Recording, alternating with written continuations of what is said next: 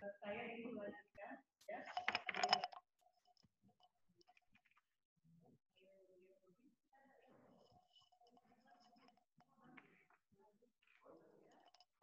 Tidak ada limit. Tidak ada ya. Ya, saya mengajar di PDN belum lama. Dari tahun 98 ya. 98 dari 2002. Belum lama.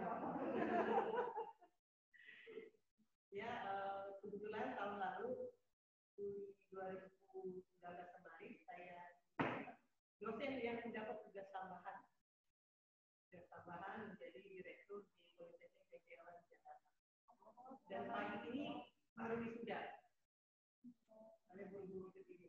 Wisudanya blended.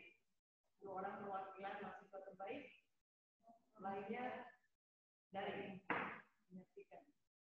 Ya, jadi di setting sedemikian rupa. Dan alhamdulillah ada orang juga dari Gubernur DKI ya.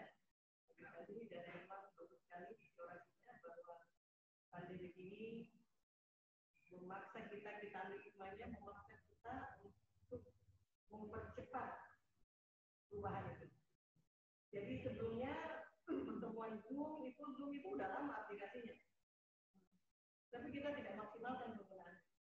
Sekarang kita dipaksa ya, sejak Maret ya, kita dipaksa untuk menggunakan pembelajaran jarak jauh. Kalau Apple yang 4 nggak tahu ini, Bu dosen yang tahu Apple nih.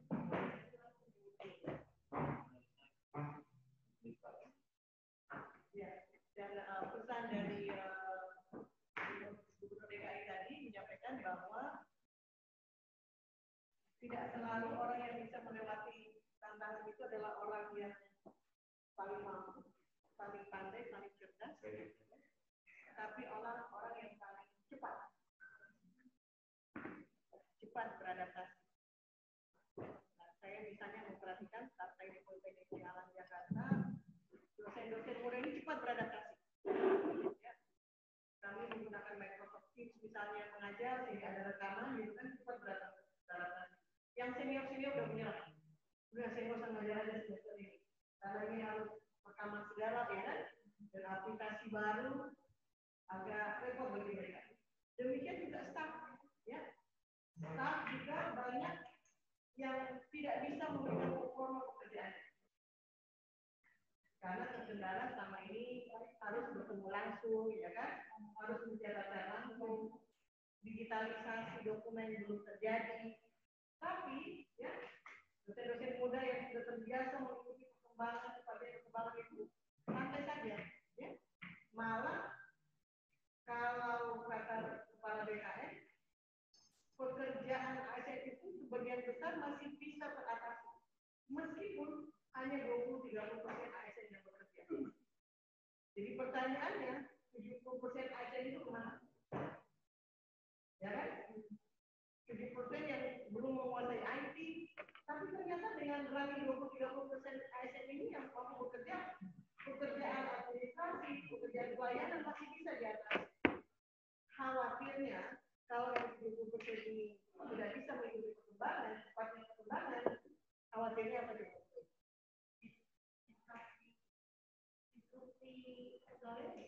Istri kepegawaian?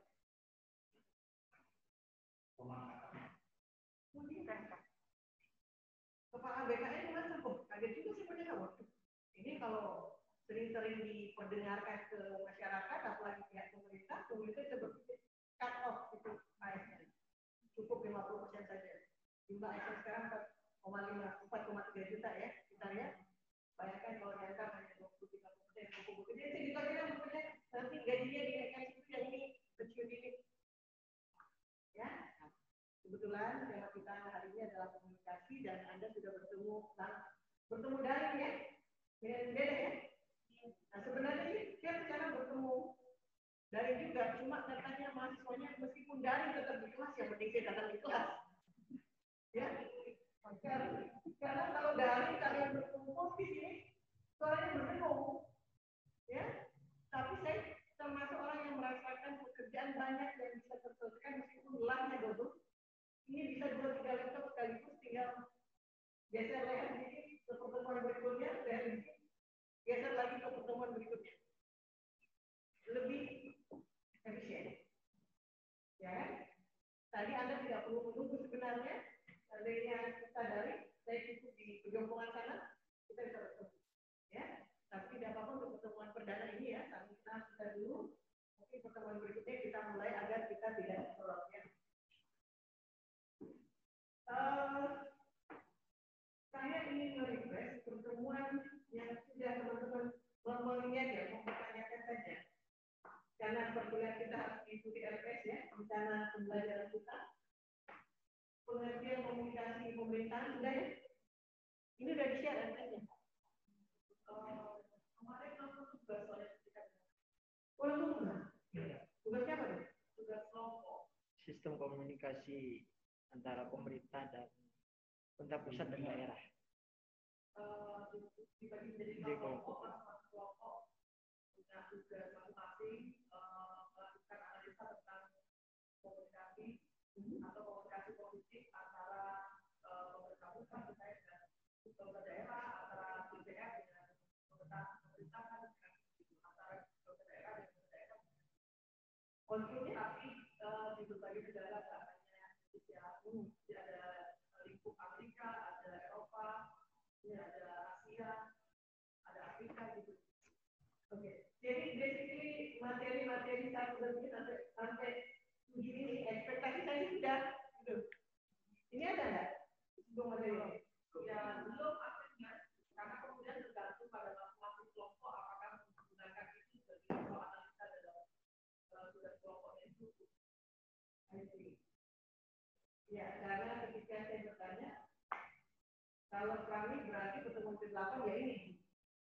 Ya, dimulai yang simbol itu dinamika komunikasi pemerintahan, ya. Selanjutnya aplikasi materi komunikasi pemerintahan.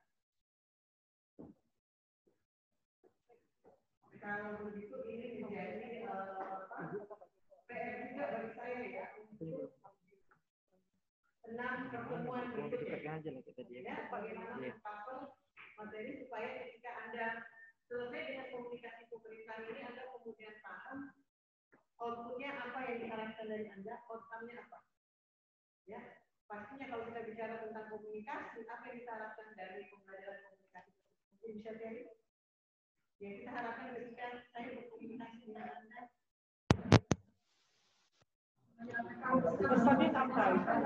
pesannya sampai, ya. Jadi syaratnya ada komunikator, ya, ada isi, good, ada isinya.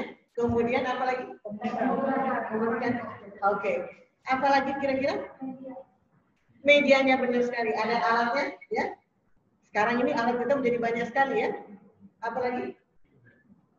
Feedbacknya bisa, ya. Programnya, nah kalau kita bicara komunikasi pemerintahan.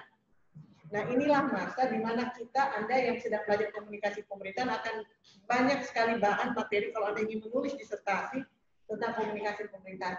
Salah satu yang unik misalnya pemerintahan ini banyaknya tim user yang mengexaggerate pemberitaan. Ya, yang pemberitaan satu kemudian tim lebih banyak. Ya, kemanapun itu banyak, kemanapun kita googling banyak. Ya, jadi ada tim khusus itu juga alat komunikasi. Yang pada produk-produk sebelumnya tidak ada alat komunikasi itu. Ya, baik. Saya menganggap bahwa Anda ini sudah mendapatkan karena Bu Dena mengatakan sudah Bu, tinggal masuk di pertemuan 8. Sehingga di awal-awal saya ingin memberikan tugas ini. Ya, tadi sudah disebutkan yang kedua. Ketika kita bicara tentang komunikasi, paling tidak ada 7 unsur ya, teman-teman juga sudah tahu ini calon ya. Tadi ada komunikator ya, nah itu juga saya pikir tugas-tugas yang diberikan. Ada pesan yang disampaikan. Kalau tidak ada pesan, apalagi namanya pemerintahan, makanya, nah ini yang harus mestinya semua pejabat pemerintahan kita belajar komunikasi pemerintahan. Karena ketika mereka bicara, masyarakat tidak melihat dia sebagai person. Ya, masyarakat melihat dia sebagai pejabat pemerintahan. Dan di masa pandemi ini kita bisa melihat bagaimana pejabat elit pemerintahan kita ketika berkomunikasi kepada masyarakat, Ibu mengatakan kedodoran. Misal, ketika COVID itu sudah melanda China Desember, November sana, di bulan Desember, Januari apa pejabat kita katanya? Apa lagi? Tidak menyiapkan. It's not only that, they're making a joke. Tidak memberikan pemahaman kepada masyarakat tentang apa itu COVID dan bagaimana supaya pencegahan misalnya. Benar sekali, membuka pariwisata. Ya, malah membuka pariwisata. Tapi yang paling parah membuatnya menjadi joke. Kalau misalnya Anda yang mahasiswa membuatnya sebagai joke, that's okay. Ya. Tapi kalau menteri kesehatannya ya mengatakan, bukan cukup dengan berdoa. Virus itu tidak datang, atau misalnya virus takut karena kita di daerah tropis, ya? Atau karena birokrasi kita berbelit, maka virus itu akan sulit masuk Indonesia. They making a joke. Di negara lain ini sudah bergelimpangan orang mati. Bagi pemerintahan yang punya komunikasi yang baik, tentu akan mempersiapkan dulu tentu saja ya, karena yang namanya pandemi, ya itu datangnya secara masif, ya. Jumlah besar dan kemampuan kesehatan seperti apapun yang kita miliki akan kalah. Bayangkan rumah sakit misalnya yang hanya mampu merawat 100 orang per hari, tiba-tiba 1.000 orang per hari. Ya, Italia aja yang canggih ya, masuk di negara maju, kolaps. Apalagi kita. Ya, mestinya sejak awal, dari sejak itu, yang namanya kita kan tidak ada lagi, there is no single country in the world was isolated, but Iran ya. Iran itu memang sengaja isolasi. Tapi apa lagi kita? Negara yang didatangi oleh berbagai kepentingan. Orang berdatangan. Dan itu, ya kita lihat komunikasi itu menarik. Saya pikir Anda ini masuk dalam kelas doktor pandemi. Ya, maka disertasi Anda harus paling tidak mencakup materi pandemi tersebut. Ya, bimbingan ibu aja misalnya kemarin membahas tentang bagaimana pelayanan e-government-nya DKI Jakarta. Ya, salah satu bahkannya mengatakan bahwa e-government ini sudahlah masyarakat ini memang diminta untuk online, tapi begitu datang ke kantor pemerintahan tetap saja ada hard copy diserahkan. Jadi seperti double ya. Terus saya sampaikan oke, itu temuan Anda, tapi ini tidak cukup. Anda karena dia termasuk mahasiswa yang agak punya lumayan banyak rezeki ya, uang. Ibu bercandanya seperti itu. Kalau ada mahasiswa yang menghilang 1-2 semester berarti uangnya banyak. Untuk bayar semester maksudnya. Ya kan? Kalau Anda punya target 6 semester, usahakan Anda bisa 6 semester. Target berapa lama nih? Mau selesai? 2 tahun setengah. Wush, canggih lagi 2 tahun setengah. Saya tantangin 6 semester 2 tahun setengah. Tapi bagus lah, Anda punya grup ya. Ya pengalaman ibu waktu sekolah ya teman-teman itu penyemangat, bisa penyemangat melemahkan. Penyemangat melemahkan juga. Jadi bisa gini, udah berapa? Saya udah bab 3, wah yang teman yang mau mulai, wah saya harus kejar. Tapi begitu tanya, udah bab berapa? Tenang aja, mau mulai. Ah itu berbawa-bawa juga nanti seperti itu. Oke, jadi 1, 2, 3 ada interaksi penggunaan media. Media banyak sekali caranya kita bisa gunakan. Pemahaman bersama akan esensi dan tujuan berkomunikasi. Nah, karena kita langsung saja karena kita sudah pertemuan ke-8 ini ya. Misalnya habis semester jadi tidak lagi detail tentang 1, 2, 3. Meskipun ibu merasa harus membahas juga di awal-awal ya. Tujuan pemerintah berkomunikasi itu apa? Ketika pandemi ini kan, apa yang tersampaikan? Ya, yang tersampaikan di awal-awal masyarakat meremehkan. Kenapa kita masyarakat patriarki? Ya, patriarki itu dia melihat pemimpin. Kalau pemimpinnya santai, masyarakat kita lebih santai lagi. Ya. Bahkan sekarang ini kalau Anda datang ke beberapa daerah ya di Indonesia ini, mereka malah masih tidak percaya COVID itu. Masih tidak percaya. Karena mungkin ada case tertentu yang membuat mereka tidak percaya. Ada memang case tertentu yang membuat mereka tidak percaya. Misalnya ada kasus daerah Jawa sana, kebetulan guru les anak saya cerita karena tetangganya. Jadi bisa dikata sumber data primer ya. Masuk rumah sakit, sakitnya biasa, enggak sakit apa, tapi tiba-tiba diminta katanya dokter untuk sign COVID dan dapat uang sekian puluh juta. Bukti, saya kan nggak percaya kan, nggak benar itu. Bukti Bu, habis ini keluarganya meninggal dia beli sapi beberapa ekor, uang dari situ. Nah ini yang membuat yang begini ini kan lebih cepat tersebar ke masyarakat ya.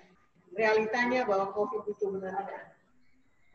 Kemudian ini ya, umpan balik kemudian percaya atas. Jadi kalau kita belajar tentang komunikasi pemerintahan sebenarnya kalau ada semua orang pemerintahan apa ada dulu? Ada yang bekerja di sektor private? Ada ya? Ada di mana?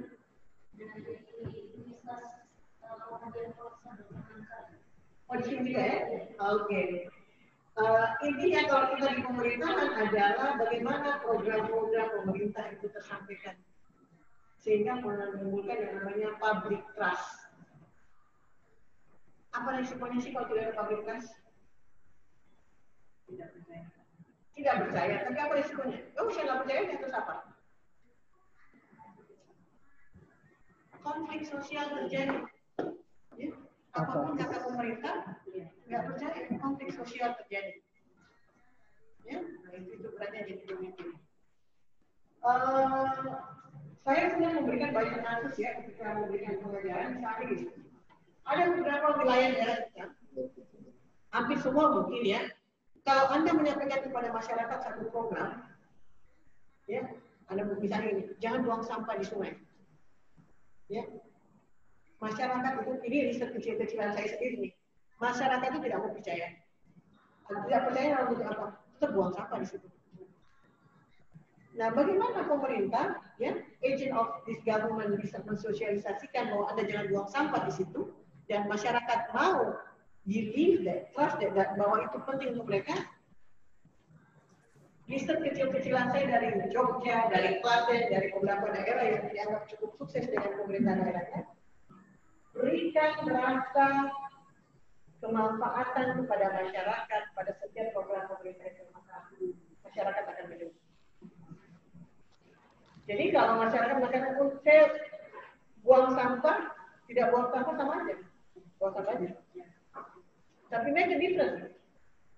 Contoh, ini makanya akhir dari pembelajaran kita sebenarnya diharapkan Anda ini bisa menjadi inovator komunikasi, mencari model-model komunikasi yang masyarakat bisa believe, bisa trust. Ya, apa yang dilakukan ini tingkat desa loh, tingkat lurah. Sungai itu kemudian dibersihkan, ya kan, dengan mengajak Karang Taruna segala macam gitu kan. Karena memang namanya sungai alir mengalir, bersih dari sampah, yang dikasih apa kemudian? Ikan untuk diternakkan. Jadi per misalnya 20 meter atau 15 meter itu milik RT sekian. Silahkan dikelola dan itu dijual nantinya. Ya, sebenarnya kalau kita bisa tampilkan asik banget melihatnya ya di Jogja, di Klaten juga mau mulai di Klaten sebenarnya yang pertama ya. Ya, sudah ada ya? Ya, bagus sekali. Mungkin nanti kalau ada praktek kita bisa ke sana. Bagaimana mengkomunikasikannya? Bagaimana pemerintah mencoba mengkomunikasikan itu? Dan tidak ada satupun masyarakat yang buang sampah. Keuntungan lagi adalah masyarakat silakan membeli makanan ikan, mereka yang mau membeli makan ikan itu. Jadi menjadi tempat wisata, double impact. Sungainya bersih, ikan untuk pangan masyarakat ada pemandangan, ada wisata. Ini komunikasi yang terjadi. So it cannot be just only you say something without impact. Harus ada impact. Nah, saya pikir itu salah satu metode komunikasi saat ini yang masyarakat bisa cepat untuk percaya kepada pemerintah. Tugas ini, ya, ini sebenarnya tugas untuk hari ini karena maksud ibu hanya mau masuk untuk kerja saja. Selanjutnya Anda banyak diskusi. Ketua kelasnya ada? Pak Iwan nanti boleh kontak nomor saya, ya. Karena yang namanya belajar itu 90-80% itu adalah di mahasiswa untuk doktoral program ya. Kalau S1 ya kembali 80-90% dosennya. Kalau doktoral, 80%, 90% itu adalah mahasiswanya. Sehingga apa yang akan saya berikan kepada teman-teman adalah reading terkait. Apalagi saya akan komunikasi dengan Bu Dedah ya, selain tugas-tugas itu. Apakah ada output untuk membuat paper? Enggak di tes.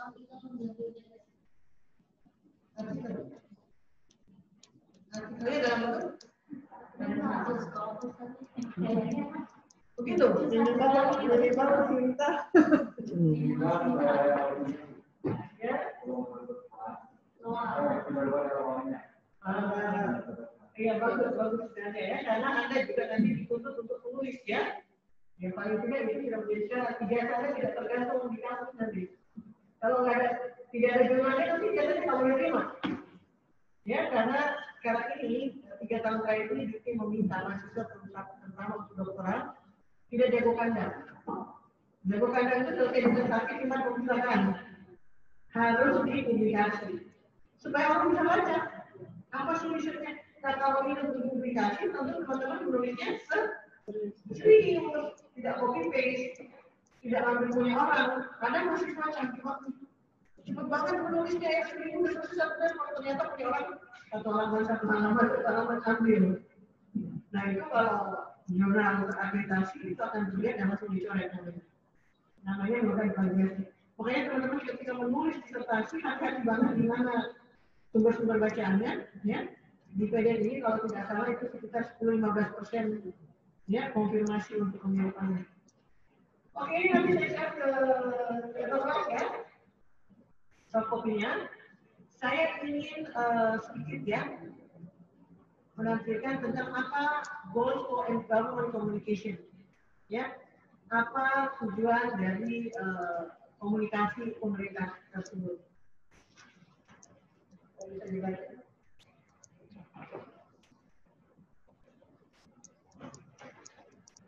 Ini kebetulan saya ambil dari salah satu universitas di luar ya. Dia menyatakan bahwa ada collective visibility of individual programs. Saya tadi menyimak orasi Pak Anies ya, bahwa kunci keberhasilan pemerintahan itu adalah lahirnya pengalaman-pengalaman individu. Ketika Anda misalnya datang ke pelayanan DKI, ya saya misalnya ke kantor Dinas Pendidikan DKI, itu saya udah kayak Ocang, ya. Jadi ini KTP kita, gitu kan? Nggak perlu lagi orang kita aja boleh masuk. Jadi itu terhalang kita nggak boleh masuk harus ada ID. ID-nya bukan lagi security, bukan lagi receptionist, bukan. Cukup KTP kita, KTP-nya di scanning, terbuka sendiri. Pengalaman individu. This is the way government, gitu kan? Kalau ingin mengatakan digital government, ya mungkin DKI menuju ke sana.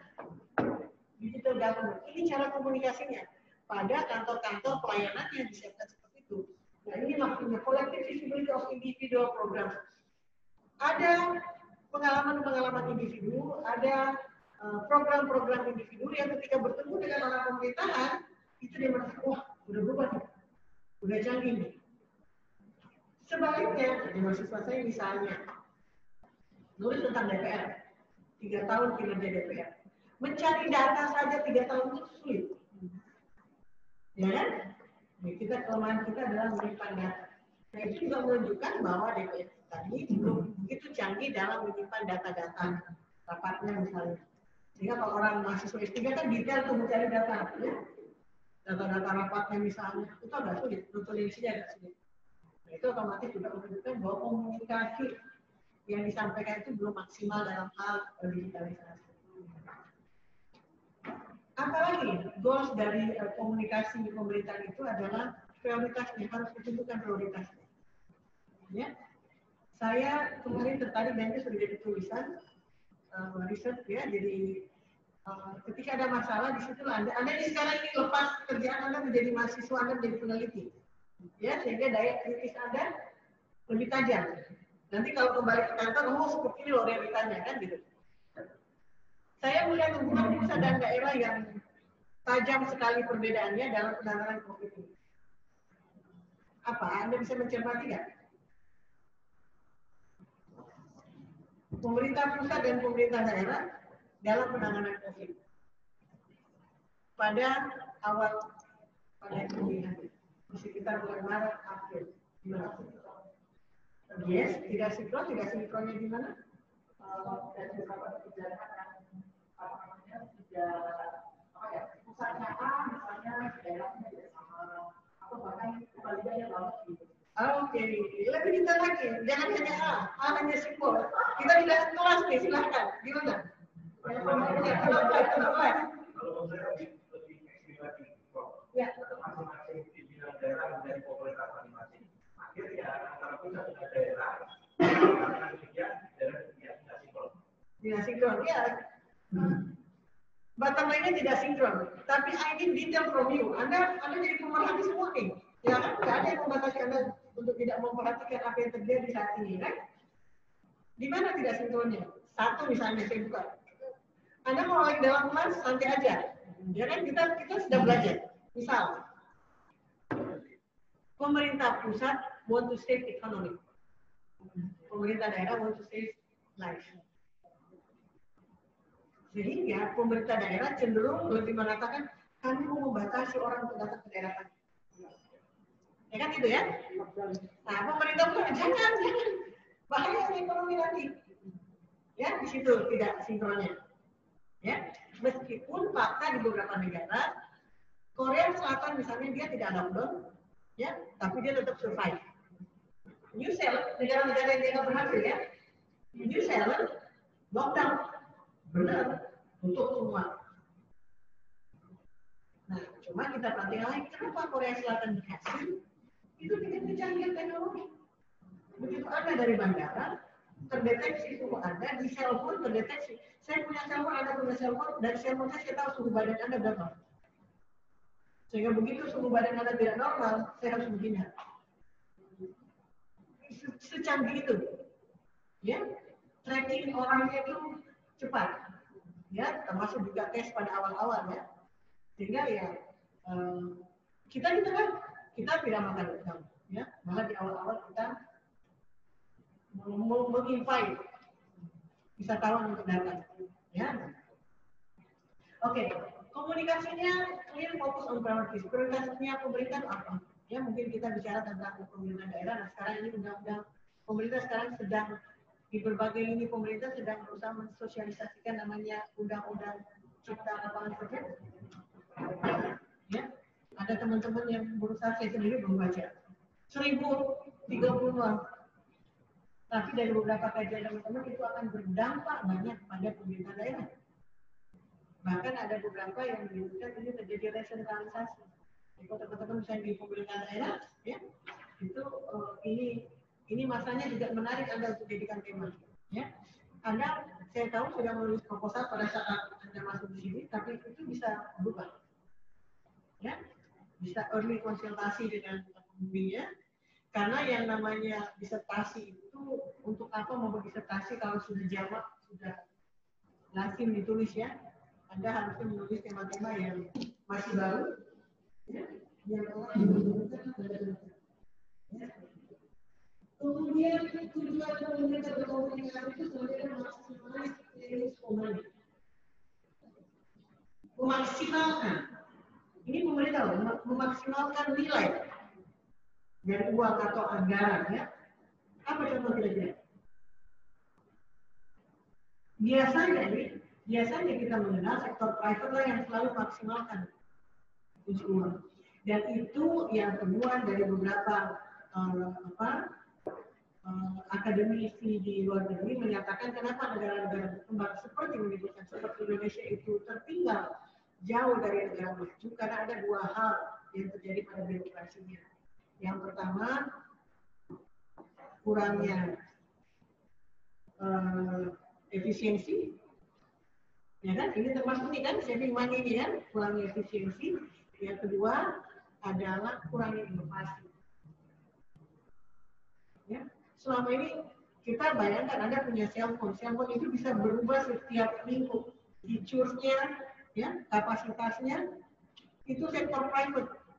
Setiap hari berinovasi supaya bisa memberikan yang terbaik. Ya kan? Dulu kita ada BlackBerry, wah udah canggih nih punya BlackBerry. BlackBerry kalah dan apa inovasinya terlambat. Android lebih cepat. Ya, simpanan filenya lebih bagus, tambah lagi bisa komunikasi langsung. Ya, dan sekarang pun fitur-fitur tambah terus. Sehingga customer dimanjakan. Let's question it to the government. Apakah pemerintah kita berinovasi terus-menerus untuk meningkatkan pelayanannya, bukan untuk berbisnis ya, tapi untuk meningkatkan pelayanannya kepada masyarakat. Ya, itu tadi misalnya DKI mempercanggihlah semua peralatan-peralatan layanannya ya. Jadi memaksimalkan value for money. Jadi masyarakat misalnya saya senang ketika misalnya ke kantor imigrasi saya tidak lagi bertemu dengan beberapa orang yang membuat kita bingung ini sebenarnya kantornya yang mana nih? Karena kita udah lagi ketemu calon ya. Dulu. Sekarang kita ketemu calon lagi. Cukup di rumah daftar. Kapan mau wawancara? Macam gimana kan? Itu juga memaksimalkan lagi. Ya, jadi kita tidak seharian buang waktu di situ. Ya, cuma sekarang rumah sakit yang agak tertinggal pelayanannya karena pandemi namanya ya. Banyak sekali yang membutuhkan pelayanan. Ya. Ada orang di rumah saya butuh pelayanan untuk mata itu Januari baru bisa dapat giliran pemeriksa karena BPJS. Ya, asisten di rumah sakit. Nggak apa-apa di rumah sakit. Kemudian basic quality to the level of the best. Memberikan kualitas yang terbaik, level terbaiknya lah. Apa yang bisa diberikan kepada masyarakat. Nah, bicara tentang komunikasi pemerintahan, tentu sangat erat kaitannya dengan yang namanya public policy, tentu sangat juga erat kaitannya dengan public interest. Ya, public interest kepentingan publiknya seperti apa? Karena itulah fungsi pemerintahan. Teman-teman, backgroundnya apakah semua dari ilmu sosial, ilmu pemerintahan, atau ada yang meneliti dari teknik? Ada semua dari pemerintahan. Absen nih. Dari pesantren.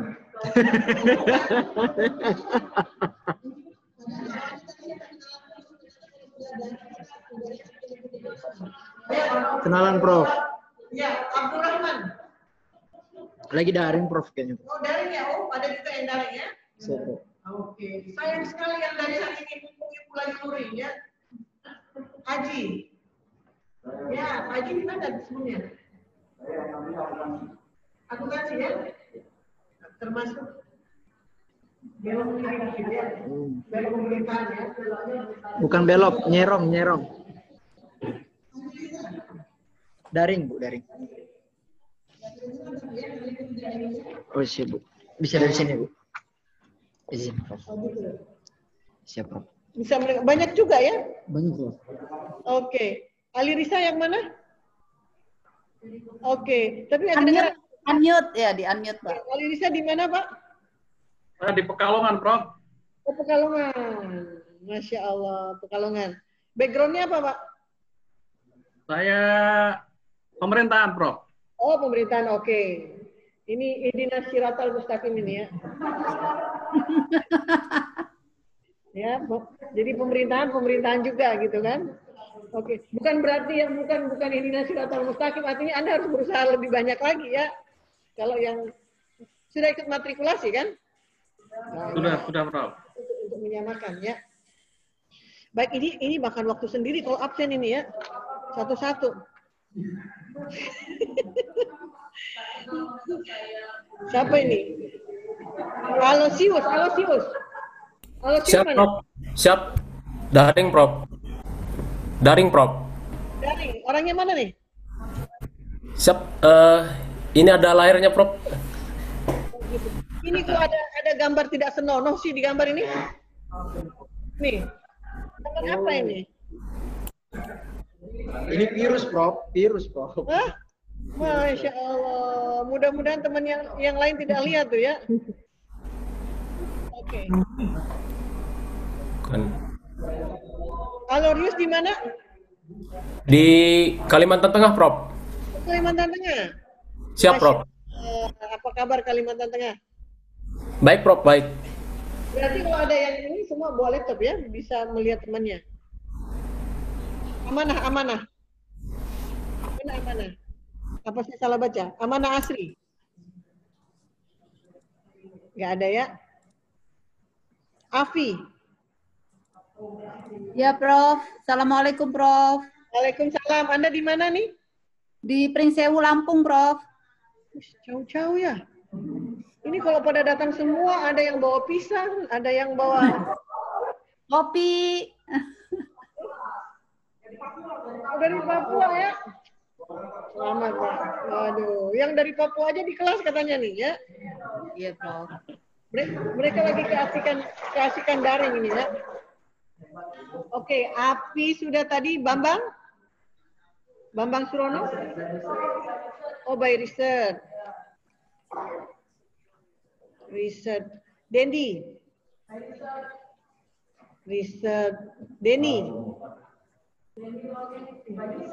Denny Rolin? Dewi? Paji, ya. Anda dari mana? Hamka ya? Hamka. Akuntansi juga ya? Baik, baik. Joko Triono. Hadir, Prof. Triono? Hadir. Pak Joko di mana nih, Pak? Di Jakarta, Prof. Di Jakarta Di ya? Jakarta, tapi ada tugas di luar. Ya. Jakarta Utara, apa Jakarta mana nih? Jakarta Utara. Kok bisa bener ya? Wajahnya kelihatan. Kalau Jakarta Selatan kan mestinya langsung ke kampus ya. Edi Sulaiman. Daring juga ada? Ya, Prof. Saya, Prof. Mana nih? Pak Edi posisi di mana? Saya di Lampung, Prof. Ini dari Lampung ya? Iya. Eko.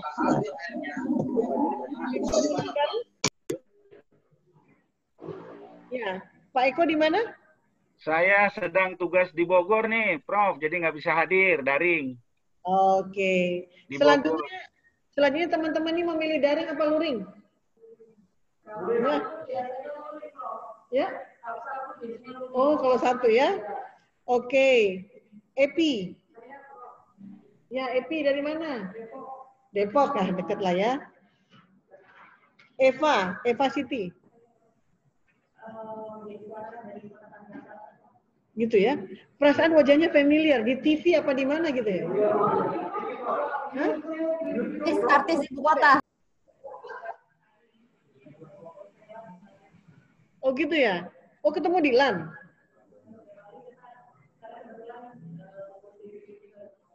Oh, I see. Makanya wajahnya kok kayak familiar ini. Gitu ya. Oke. Eko. Tadi sudah ya? Eko, Epi, Eva, Fajar, Dwi. Fajar Dwi tadi saya melihat ke perempuan. Namanya lembut sekali Pak, Fajar Dwi. Di mana Pak? Ekonomi di? Dari UGM ya? Sekarang dinas di? Oh, staf presiden. Kita dari tadi mau kritik presiden ya. Ada dua ya? Oke. Faisal Syarif. Daring ya? Faisal Syarif? Oke. Fajar Riyatama. By Research. Ininya muncul lagi nih. Kok bisa? Aplikasi yang di-download itu, Prof. Jadi iya.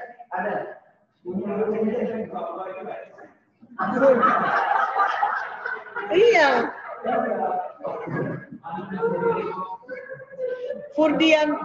Furdiantoso.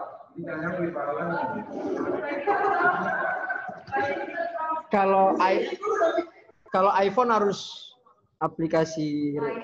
Iya. Kamu tahu? Iklan, Pak. Udah. Nanti dibagi ya. Enggak. Siapa? Ya mati lah, Mbak. Gede hari bawah kalau murid 3 kali. Gede riset.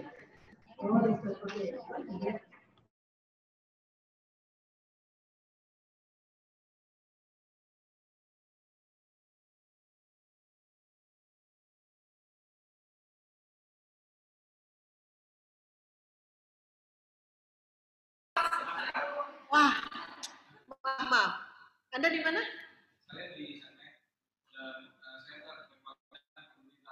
Oh, pemerintahan. Bagus. Di sana berarti dengan Pak siapa di sana? Pak Fajar. Oh, KSP ya? I see. Seknek.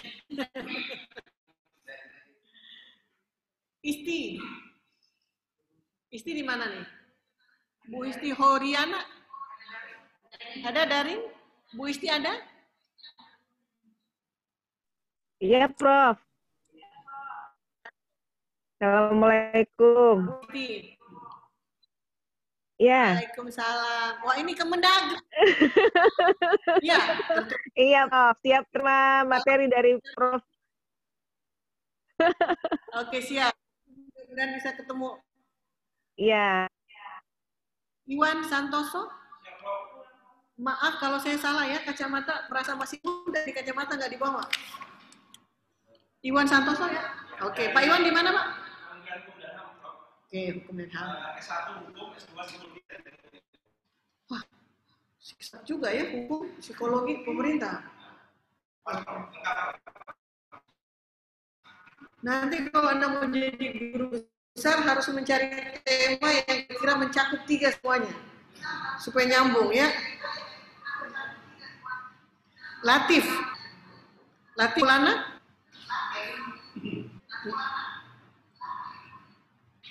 Daring belum ada yang nyahut. Tolong ketua kelas dicari ya. Khawatir ini dengan COVID ini tiba-tiba hilang. Iya, kita nggak tahu kan? Tiba-tiba aja hilang. Dicari nih. Hairullah. Ada daring Prof, izin. Assalamualaikum. Waalaikumsalam. Ini sepertinya sedang di kendaraan nih. Dari perjalanan Prof, izin. Dari Bandung mau ke Jakarta Prof. Izin. Hari ini daring Prof. Ya. Oke, siap Pak Hairullah. Margaret. Terima kasih Margaret. Prof. Oke, Margaret. Anda di mana? Dinasnya? Nah, saya sudah menemukan ini. Kalau mahasiswa cerdas, Anda di mana? Masih bagus jawabnya di sini. Kalau di hatimu, waduh. Intel komisioner KPAI. Begitu ya? Oke. Margaret ya? Oke. Di TV sering lihat. Mirip, ya. Marwah?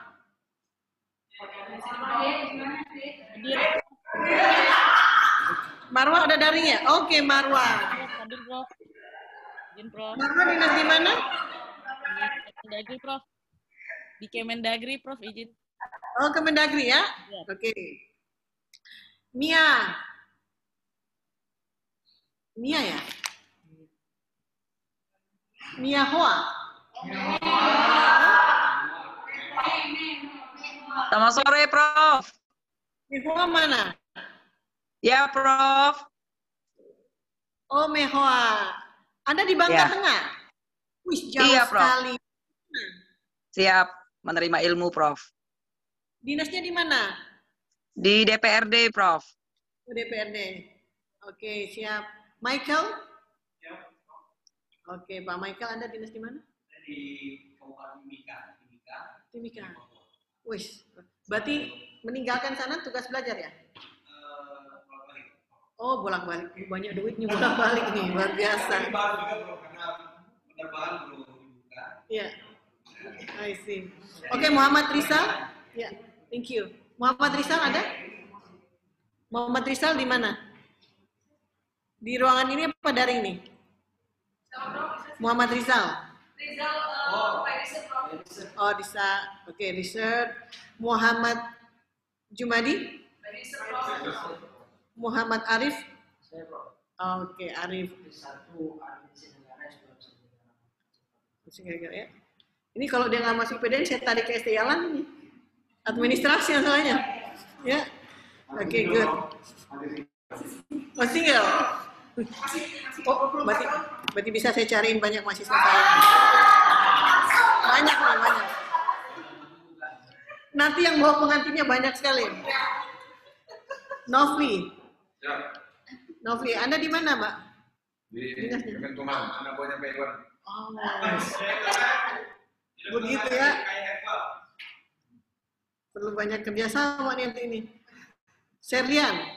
Oh, Berlian. Dinas di mana Anda? Saya dosen di Universitas Tular. Di? Universitas Tular. Dosen. Oh, Putan Tular di. Kalau kita tong itu kelihatan ya? Oke, terima kasih. Ekonomi kepemerintahan, ekonomi pemerintahan. Nata Negara. Nata Negara. Ada? Masih di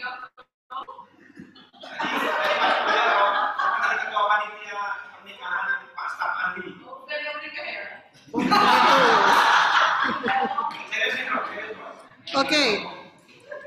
Rabin. Oh, riset. Ya. Rabin. Safrianto. Satar Tabah. Riset. Lumayan banyaknya. Sofian Ali. Sofian Ali. Suleman. Oke, Pak Suleman. Anda dinas di mana?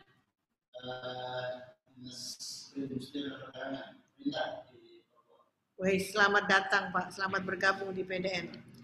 Sylvia Agustina. Saya dari Aksesi Negara Universitas Sriwijaya. Oke, terima kasih. Taufik Majid. Riset. Kemudian Sulfadli Ghazali. Riset. Ai Rahmayanti. Anda di mana? DPR. Oke. Terima kasih. Waduh, lumayan ini waktu kita saya sampaikan tadi 1 jam saja, tapi nggak apa-apa. Ini akan saya sampaikan teman-teman ya nanti lewat ketua kelas. Slide ini akan saya sharing. Jadi inilah tujuan pemerintahan. Jadi pertama adalah bagaimana setiap individu bisa merasakan ada program pemerintah yang melekat.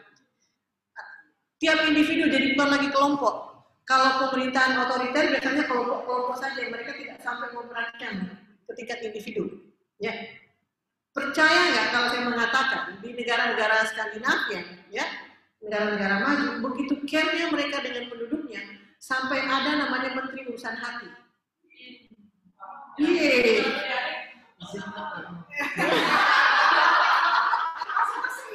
Kenapa? Kenapa? Misal, Anda perhatikan misalnya tingkat kemajuan Jepang. Tingkat kemajuan Jepang itu juga dibarengi dengan tingginya tingkat bunuh diri. Ya kan? Korea sampai ada hutan khusus untuk masuk bunuh diri. Di Korea jembatan-jembatannya itu seperti seolah-olah itu tempat bunuh diri. Dicoel dikit saja individu-individu ini, udahlah saya bunuh diri saja.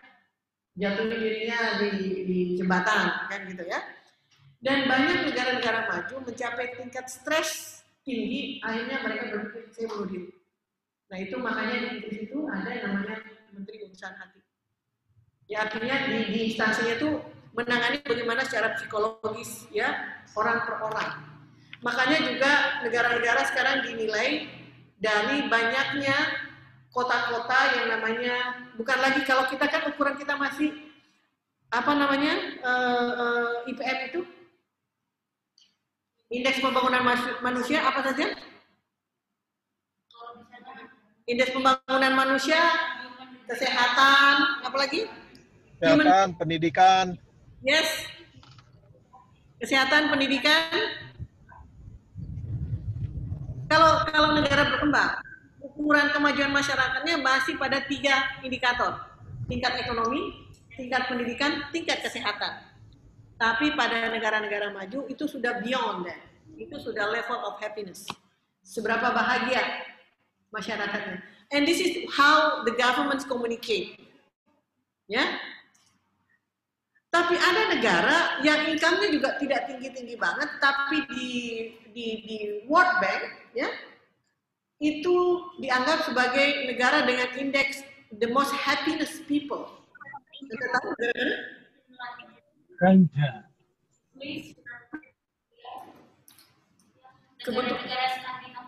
Negara Skandinavia tidak, tapi ada negara itu memang karena kaya. Ini ada negara kecil,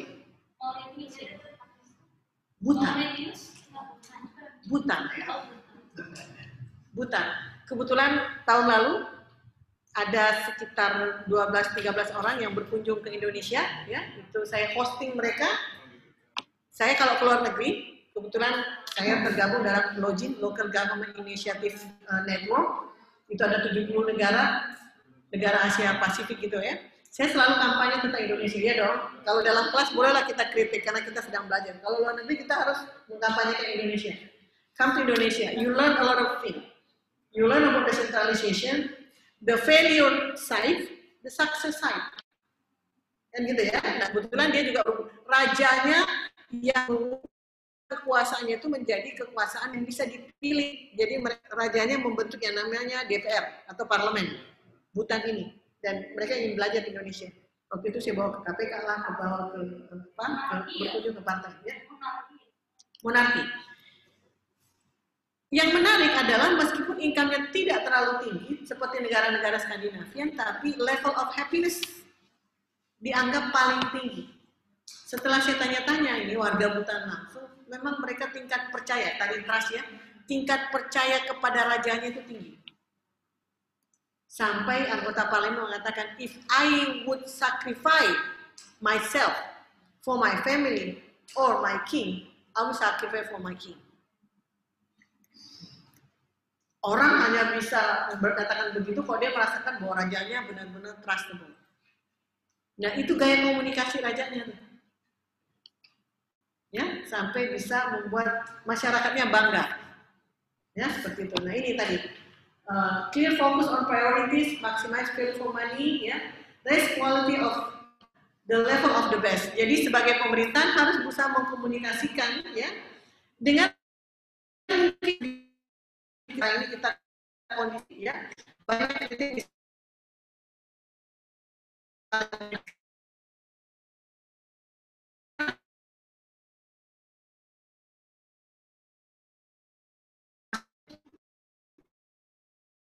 saya SD, SMP, SMA itu dapat bantuan pulsa, ya. Tapi bagaimana pemerintah mengkomunikasikan bagi masyarakat yang tidak mendapatkan itu? Karena tidak semua dapat, ya kan? Atau daerah-daerah terpencil lain, supaya masyarakat daerah terpencil itu tetap merasakan bahwa pemerintah saya hadir kok, bukan saya neglecting, bukan saya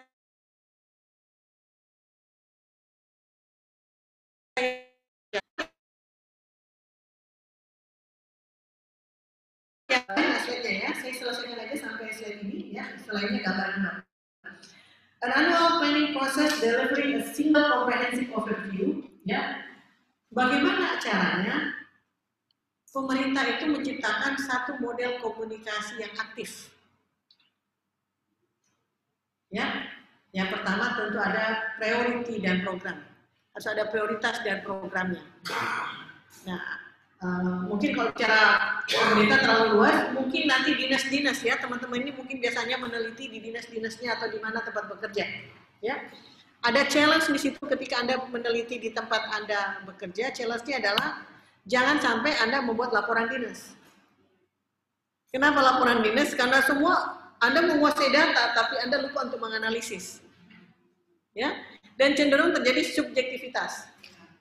Maka ketika Anda meneliti kantor Anda sendiri, you have to get outsider informant. Untuk apa? Untuk bisa mengkritik Anda, bisa melihat Anda. Karena kalau kita mengkritik diri sendiri agak sulit biasanya ya. Seperti itu. Oke, priorities kemudian innovation and collaboration.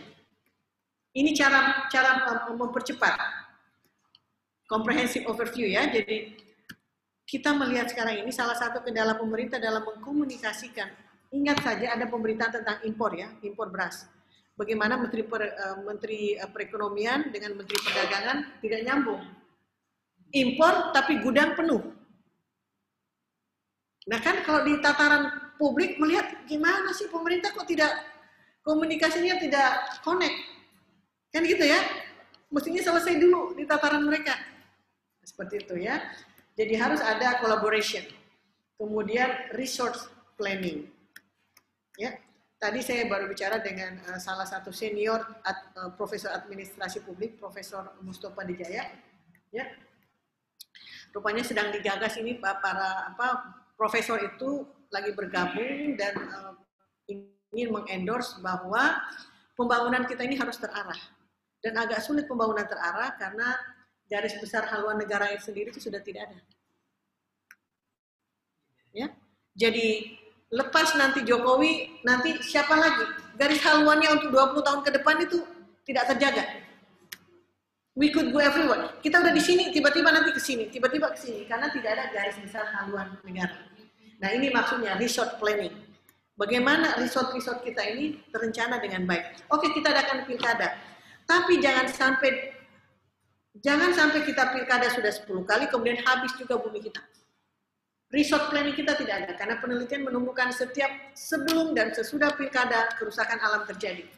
Kenapa kerusakan alam terjadi? Alam menjadi alat transaksi. Ya, oleh investor-investor politik. Ya, background saya kebetulan political science. Ya, jadi saya senang memberikan contoh-contoh terkait dengan politik. Nah, itu yang terjadi kalau tidak ada namanya resort planning. Setelah ini kita miliki ya, jadi kalau Anda ingin menulis paper ya, yang ditugaskan juga boleh itu ya, prioritas program, inovasi, resort planning, kemudian Central Capability Initiative. Ini ke atas, Anda lihat panahnya ya, mohon maaf yang sedang daring ya, nanti akan di-share. Inilah kemudian namanya Government Communication Center. Kita punya nggak sih Kementerian Khusus Komunikasi? Ada dong. Ya, sampai lupa ya. Kalau Anda sampai lupa berarti Kemenkominfo sendiri tidak tahu bagaimana mengkomunikasikan bahwa mereka eksis. Itu yang pertama. Yang kedua, peran-perannya mungkin belum tampak. Ya, terutama di masa pandemi ini. Ya, seperti itu. Oke, ini kira-kira communication priorities across each ya. Ini ada gambar-gambarnya ya. Bagaimana iklan-iklan ini, ya, bagaimana iklan-iklan ini mencoba mengkomunikasikan, ya, kegiatan pemerintahan. Nah, tadi juga saya diskusi dengan Kepala LAN. Beberapa kali saya diskusi webinar ya, menjadi panelis. Ketika bicara tentang pilkada, ASN, ujung-ujungnya nanti panelis ini mengusulkan, sudahlah ASN dicabut saja hak pilihnya. Ya, saya mengatakan ini kalau kita nggak bisa membasmi tikus, jangan rumahnya dibakar. Ya, harusnya sistem itu dibuat bekerja, kepala daerah semakin sulit atau dibuat tidak lagi bisa untuk memanfaatkan ASN di bawahnya. Ya, misalnya, jangan misalnya sekarang social distancing 3M. Ya, apa itu 3M? Cuci tangan, social distancing, apa lagi? Masker, jaga jarak ya. Pesannya itu sedikit di bawah, tapi yang muncul gambar bupatinya, gambar wali kotanya, itu kan namanya kampanye. Ya, kampanye terselubung dengan menggunakan anggaran pemerintah. Nah, ini komunikasi, tapi masyarakat umum melihat, oh iya, dia hanya mengkomunikasikan tentang social distancing, masker, cuci tangan. Tapi bagi Anda yang belajar komunikasi pemerintahan, Anda melihat, wah ini sedang ada kampanye nih. Dengan gambar besar, ya kan? Tapi pesannya sedikit. Nah, betul, Prof. Nah, ada yang dari jauh sana, betul. Prof, betul banget, Prof. Semua dikemas ya, Prof ya. Oke, jadi ini iklan-iklan ini sebagai pembelajar saat ini tentang komunikasi pemerintahan, kita harus lebih cerdas lagi melihat, ya, mana yang tadi goals-nya itu tercapai tidak, ya. Nah, ini juga from the recruitment, ya, police and crime.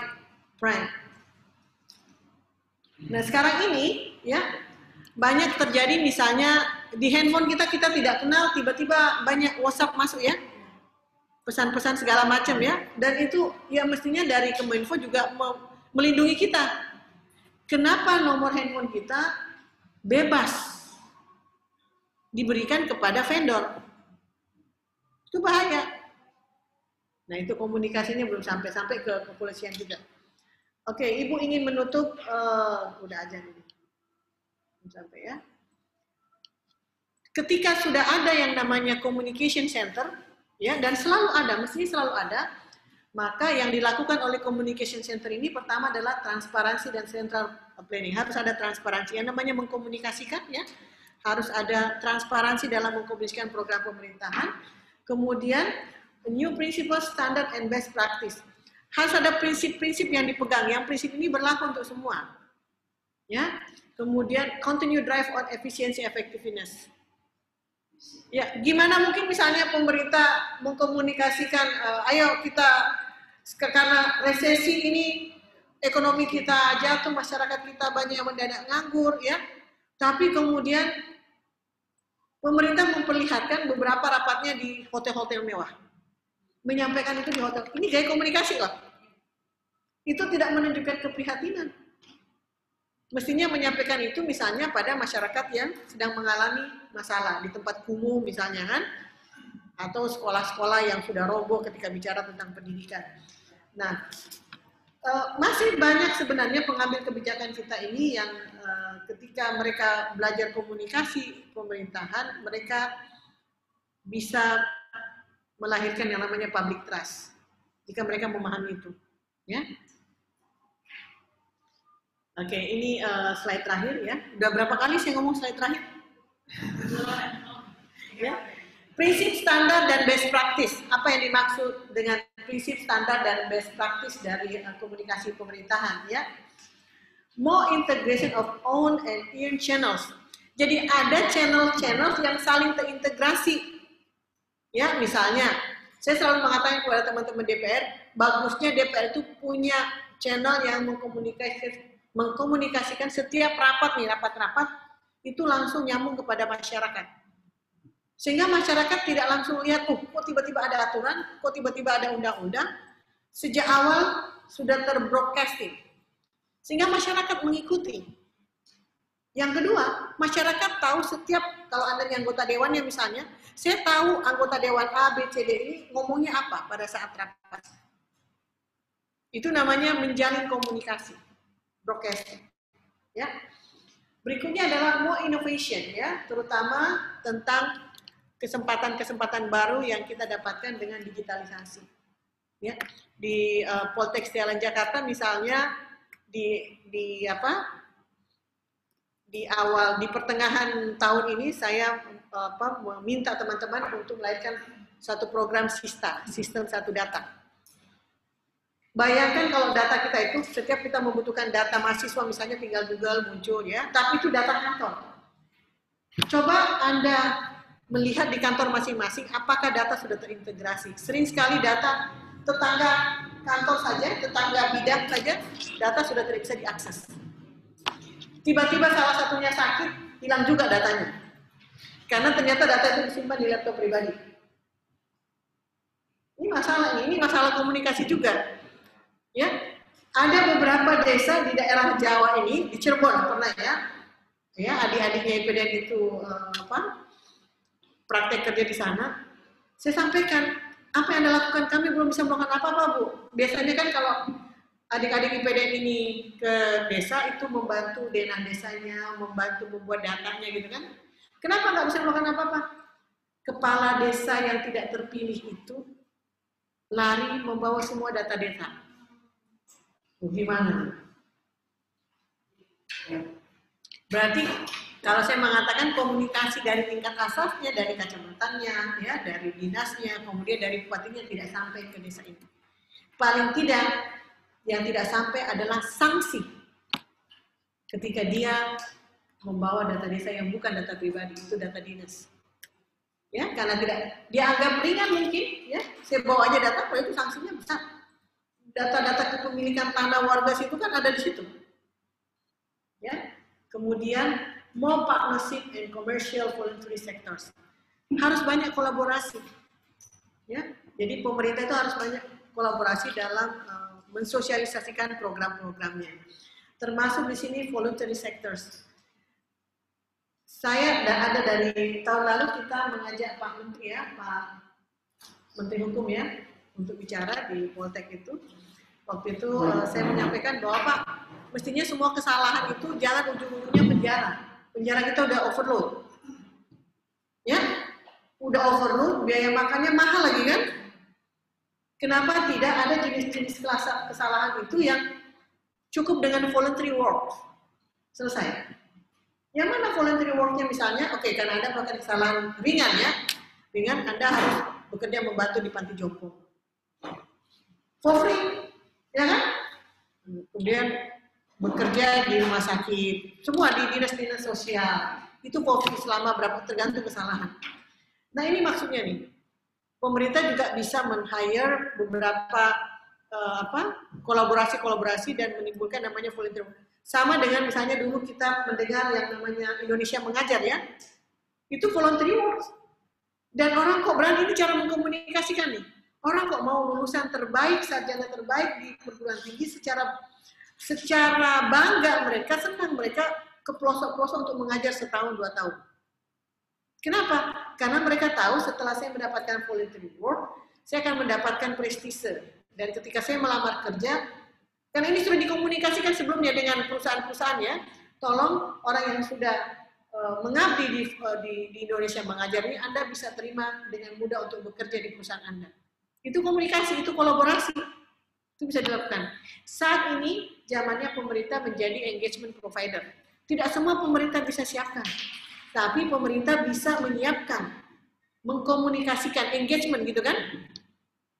Sama misalnya di satu kelurahan di Semarang yang berhasil menjadi salah satu kelurahan terbaik. Dana dia bilang, Bu, dana kami di kelurahan itu hanya 800.000 per bulan. Tapi kok bisa pelayanannya bagus sekali kepada masyarakat? Oh iya Bu, saya tahu warga saya ada yang dokter. Saya minta tolong ke dokter ini, bisa nggak sekali sebulan paling tidak, rumah Anda, karena Anda dokter, rumah Anda menjadi tempat pemeriksaan kesehatan warga jompo dan anak-anak balita. Mau dia? Di sini pemerintahan bertindak tanpa perlu mengeluarkan uang ya. Pemerintah lurah ini bertindak sebagai engagement provider. Dia mengengage, mengajak warga untuk berpartisipasi. Ada anak-anak TK, ada anak-anak SD ya, yang mungkin kurang cara belajarnya, maka lurah ini mengkomunikasikan dengan anak-anak mahasiswa. Ada beberapa anak mahasiswa di lingkungannya, mau nggak kalian meluangkan waktu 1 jam, 1 minggu untuk mengajar anak-anak ini di kantor? Mau dia, karena pemerintahnya bergerak, bukan pemerintahnya mengeluarkan duit, enggak. Tapi ada penghargaan, ini cara komunikasi ya, masyarakat merasa dihargai. Dan kelurahan ini berhasil meraih salah satu kelurahan terbaik. Seperti itu maksudnya ya, more partnership, commercial ya, voluntary sectors. Kemudian more value for more true rock solid evaluation. Gini loh, salah satu dari sekian berbagai program pemerintah, salah satu kelemahan kita adalah bagian evaluasi. Kalau sektor private, evaluasi itu menjadi booster untuk memperbaiki. McDonald, KFC itu perusahaan internasional, multinational corporation. Bisa menjangkau ke seluruh dunia, bahkan di negeri paling terpencil pun ada tuh KFC. Di Saudi Arabia, tepat dekat Ka'bah itu KFC ada. Kok bisa mereka? Gaya komunikasinya seperti apa mereka itu? Salah satunya melalui evaluasi. Anda kalau datang pagi-pagi, mereka sudah evaluasi loh, para penjualnya itu kan. Apa target kita hari ini? Malam sebelum itu tuh mereka kumpul lagi tuh, evaluasi lagi. Makanya Anda akan capek kalau misalnya belanja, Anda beli ayam ini, nggak beli ini Bu, nggak beli ini Bu, ditawarin semua. Itu cara marketing mereka kan? Dan kita tidak senang-senang aja, oh enggak Mbak, oh ada CD-nya Bu, silakan, CD rupanya gratis, tapi Bu harus beli begini, oh begitu. Jadi kadang-kadang kita, iyalah mau CD, padahal sebenarnya nggak mau. Nanti CD itu juga kita nggak pakai. Tapi itu, evaluasi terus-menerus. Something that is not really happen in government sectors. Sering sekali evaluasi itu kita anggap hanya pelengkap dari satu program, ya perlu ada evaluasi ya, ada dananya, udah evaluasi lah. Tapi apakah hasil evaluasi itu menjadi booster untuk memperbaiki setahun program itu belum tentu. Ya, tergantung leadership-nya. Ya, tergantung leadership. Kalau leadernya mengatakan ini penting nih, oke. Kalau ini sudah simpan aja, nggak jadi. Oke, nah teman-teman, itu the end of my slide. Sebenarnya pertemuan ini benar-benar saya karena tadi Mas Supri mengatakan, Bu, mahasiswanya sudah datang, ya.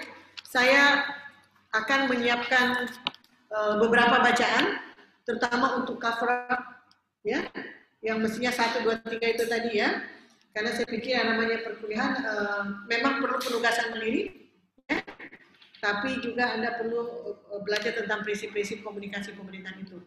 Nanti komunikasi intens saya dengan ketua kelas, ya, saya juga agak padat sebenarnya ya, sehingga saya sangat apresiasi waktu ini untuk bisa mengenal langsung Anda. Ya, insya Allah mudah-mudahan bisa bertemu terus luring ya, mudah-mudahan ya. Baiklah, ini saya ingin buka sesi pertanyaan. Ya, silakan. Asal jangan nanya nomor sepatu. Silakan. Ya. Ada menarik tadi apa yang disampaikan Prof tadi, tapi saya ingin minta pendapat Prof. Apakah seorang pemimpin, terutama pemimpin daerah, termasuk juga presiden satu Indonesia ini, dituntut bisa berkomunikasi secara aktif untuk menyampaikan pesan, atau cukup diwakilkan di tataran seperti program tadi ada menteri atau kadang kan kita sering melihat cara berkomunikasi pemimpin daerah itu macam-macam Prof. Seperti yang saya ada contoh di Sumsel di Sumatera Selatan, saya dari sana, itu gubernurnya itu kalau misalnya ada acara akademisi itu dia pasti nggak pernah mau datang, pasti diwakilkan oleh asisten 3 atau itu pokoknya asisten. Tapi kalau misalnya ada acara yang bersifat lebih santai, dia akan jauh lebih appreciate, dia akan datang dan dia akan terus aktif. Nah, kita juga melihat bagaimana pada lihat Presiden Jokowi cara berkomunikasi juga terkesan kaku. Bagaimana dia menyampaikan kadang-kadang ditanggapi berbeda. Mungkin maksudnya begini tapi ditanggapinya seperti ini di masyarakat. Nah, apakah memang pemimpin itu harus bisa menyampaikannya dengan sangat baik? Seperti kita lihat bagaimana Gubernur DKI Anies Baswedan itu menyampaikan cara dia berkomunikasi, menyampaikan sesuatu itu dengan gamblang, dengan mudah, dan kita dengan mudah menerima. Tapi kadang-kadang ditangkapnya bermulut manis. Jadi kira-kira menurut Prof, bagaimana sebaiknya seorang pemimpin daerah atau presiden itu baik. Terima kasih, bagus sekali pertanyaannya ya. We talk about government communication. Ya, when we talk about government communication, kita sudah tadi di awal saya coba gimana nih tingkat pengetahuan teman-teman tentang komunikasi. Iya benar. Bagaimana delivering message, kan gitu. Dan message yang kita berikan ditangkap dengan benar oleh yang menerima message itu. Orator kita bangga ya bahwa Soekarno dianggap orator unggul. Apa yang dia sampaikan itu mendunia dan orang mau mendengar. Ada beberapa kutipan foto-foto untuk Kennedy aja sampai begini lihat Soekarno bicara kan seperti itu. Dia punya style of communication yang membuat orang mendengarkan. Obama juga salah satunya. The way Obama, saya pikir menangnya Biden ini salah satu karena dibantu gaya komunikasi dari Obama. Gaya komunikasi Obama memang convincing ya, sangat convincing, sangat meyakinkan dan knowledgeable. Anda nggak bisa berkomunikasi dengan baik kalau Anda tidak knowledgeable, Anda tidak tahu banyak. Namanya kita ingin menyampaikan. Kalau kita tidak membaca, tidak banyak yang kita ketahui, apa yang kita sampaikan? Ya. Nah, makanya saya sering mengkritik sebenarnya ya. Kalau negara maju, calon presiden, calon gubernur, calon bupati, itu kampanye di kampus-kampus boleh. Justru itulah tempat cerdas untuk berkampanye. You cannot lie. Anda mau kampanye, saya akan memberikan misalnya nih, calon kepala daerah, kalau saya terpilih saya akan memberikan 1000 lapangan kerja. Kalau masyarakat umum Anda datangkan penyanyi dangdut, itu mereka udah sorak-sorai. Kalau kalangan kampus, Anda datang mengkomunikasikan itu, kira-kira apa jawabannya? Ini anak muda nih. Ya? Ada kritik lah pasti dari mahasiswa atau mereka ingin teknisnya seperti apa yang memberikan pasti haunya. Iya. Bagaimana? 5W+1 hanya itu ya? Gimana Anda bisa? Bahkan ada calon kepala daerah yang menjanjikan modal kerja misalnya. Kalau saya terpilih saya berikan modal kerja. Kalau dia kampanye di kampus-kampus, nggak berani pasti. Pasti kampus akan menanyakan uang dari mana? Uang pribadi. Kalaupun uang pribadi, sekaya apa gitu loh. Dan pasti ujung-ujungnya apa yang Anda harapkan setelah Anda terpilih? Apa yang habis setelah Anda terpilih? Hutannya habis, ya, daerahnya habis, untuk eksplorasi seperti itu pasti dikritik habis ya. Nah, sayangnya di kita ini kita masih larang. Kalau saya sih boleh-boleh aja. Itu membuat para calon pemimpin daerah ini lebih bertanggung jawab, nggak asal membuat visi misi, membuat janji-janji, ya. Nah, masyarakat umum kasihan yang tidak paham, semakin banyak janjinya semakin wah saya senang nih. Tapi banyak masyarakat kritik, ya hati-hati. Ya kan seperti itu. Jadi saya setuju bahwa untuk menjadi pemimpin publik, bahkan banyak yang menyarankan Anda harus kursus cara berbicara, cara menyampaikan public. Dari cara duduk aja, dan cara itu sudah menunjukkan, ya. Mimik juga udah cara masyarakat bisa membaca. Apalagi sekarang canggih ya, dipotong-potong tuh wajah kemudian dibuat karikatur segala macam ya. Jadi memang harus canggih, harus bisa mengkomunikasikan, ya. Dan saya pikir kita ini yang sekolah saat ini, jumlah kita ini kalau dirata-ratakan seluruh penduduk Indonesia, maka rata-rata kualitas penduduk kita ini hanya SMP kelas 2 semester 2. So how do you communicate? Makanya saya bingung, maaf nih, kok bisa misalnya terpilih Krisdayanti jadi anggota DPR, apa nggak ada yang lebih mampu? Ya? Kenapa bisa terpilih dia? Artis-artis terpilih. Karena kualitas kita dari SMP kelas 2. Bukan mereka sama sekali tidak. Tapi apa yang diketahui tentang pemerintahan? Bagaimana dia bisa melahirkan kebijakan-kebijakan? Apa perdebatan-perdebatannya ketika dia? Karena menjadi legislator adalah bagaimana menyalurkan suara publik masuk. Nah, tapi selama DPR juga belum terbuka dalam hal pengambilan kebijakan ya. Nah, orang-orang seperti ini merasa tidak berhutang kepada masyarakat untuk mempublikasikan ya. Dan sementara di negara maju, apapun hasil komunikasi mereka pada saat rapat, publik harus tahu. Dan itu langsung YouTube kelihatan.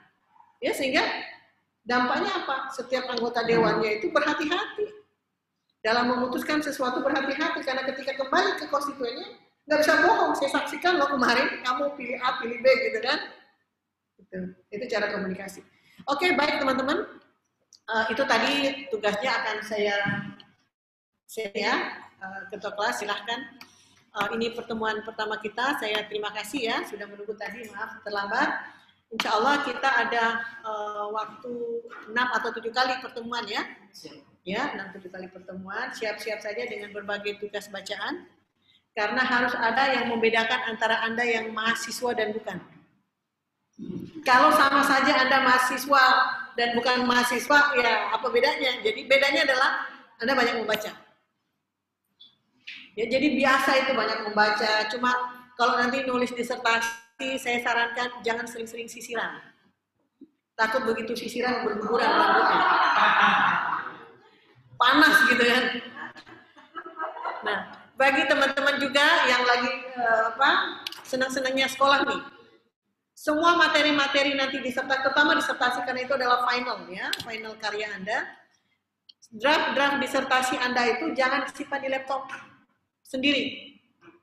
Anda harus save-nya either di email atau di Google Drive.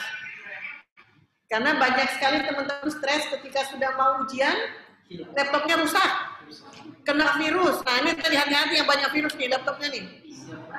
Ya, kecurian. Gimana tuh? Itu rasanya biar hilang seisinya nggak apa-apa, yang penting disertasinya nggak hilang kan? Iya gitu. Jadi itu disampaikan ke teman-temannya ya supaya tidak menyesal nanti. Baik, sekali lagi terima kasih atas pertemuan hari ini ya. Kita jaga kesehatan. Habis ini saya harus tes COVID nih. Tidak pakai masker. Jaga kesehatan, insya Allah. Mudah-mudahan kita semua selamat dari pandemi ini. Ya, insya Allah. Dan Anda juga bisa menyelesaikan studi tepat waktu. Ingat, Anda harus buat jadwal. Ada yang semangat datang seperti ini, ya. Nanti 3 tahun kemudian hilang. Baru datang, Bu, saya menghadap. Anda siapa? Saya mahasiswa Ibu. Saya nggak kenal, saya bilang. Saking lamanya hilang. Tapi calon pasti nggak. Ya. Pasti ini calon nggak. Coba saya lihat-lihat dulu wajahnya, ya. Artinya ini kalimat sindiran yang sekaligus motivasi. Ya. Anda semangat sekarang dan semangatnya dijaga terus. 3 tahun, oke 2 tahun setengah, that's good, excellent, ya. Tapi 3 tahun ideal, ya supaya ada waktu. Nah dari sekarang tema-tema itu, perkuliahan-perkuliahan itu dicatat, gitu kan, supaya itu menjadi bahan Anda. Terima kasih sekali lagi, ya. Assalamualaikum warahmatullahi wabarakatuh. Waalaikumsalam warahmatullahi wabarakatuh. Waalaikumsalam warahmatullahi wabarakatuh. Terima kasih, Prof. Terima kasih, ya. Sampai ketemu.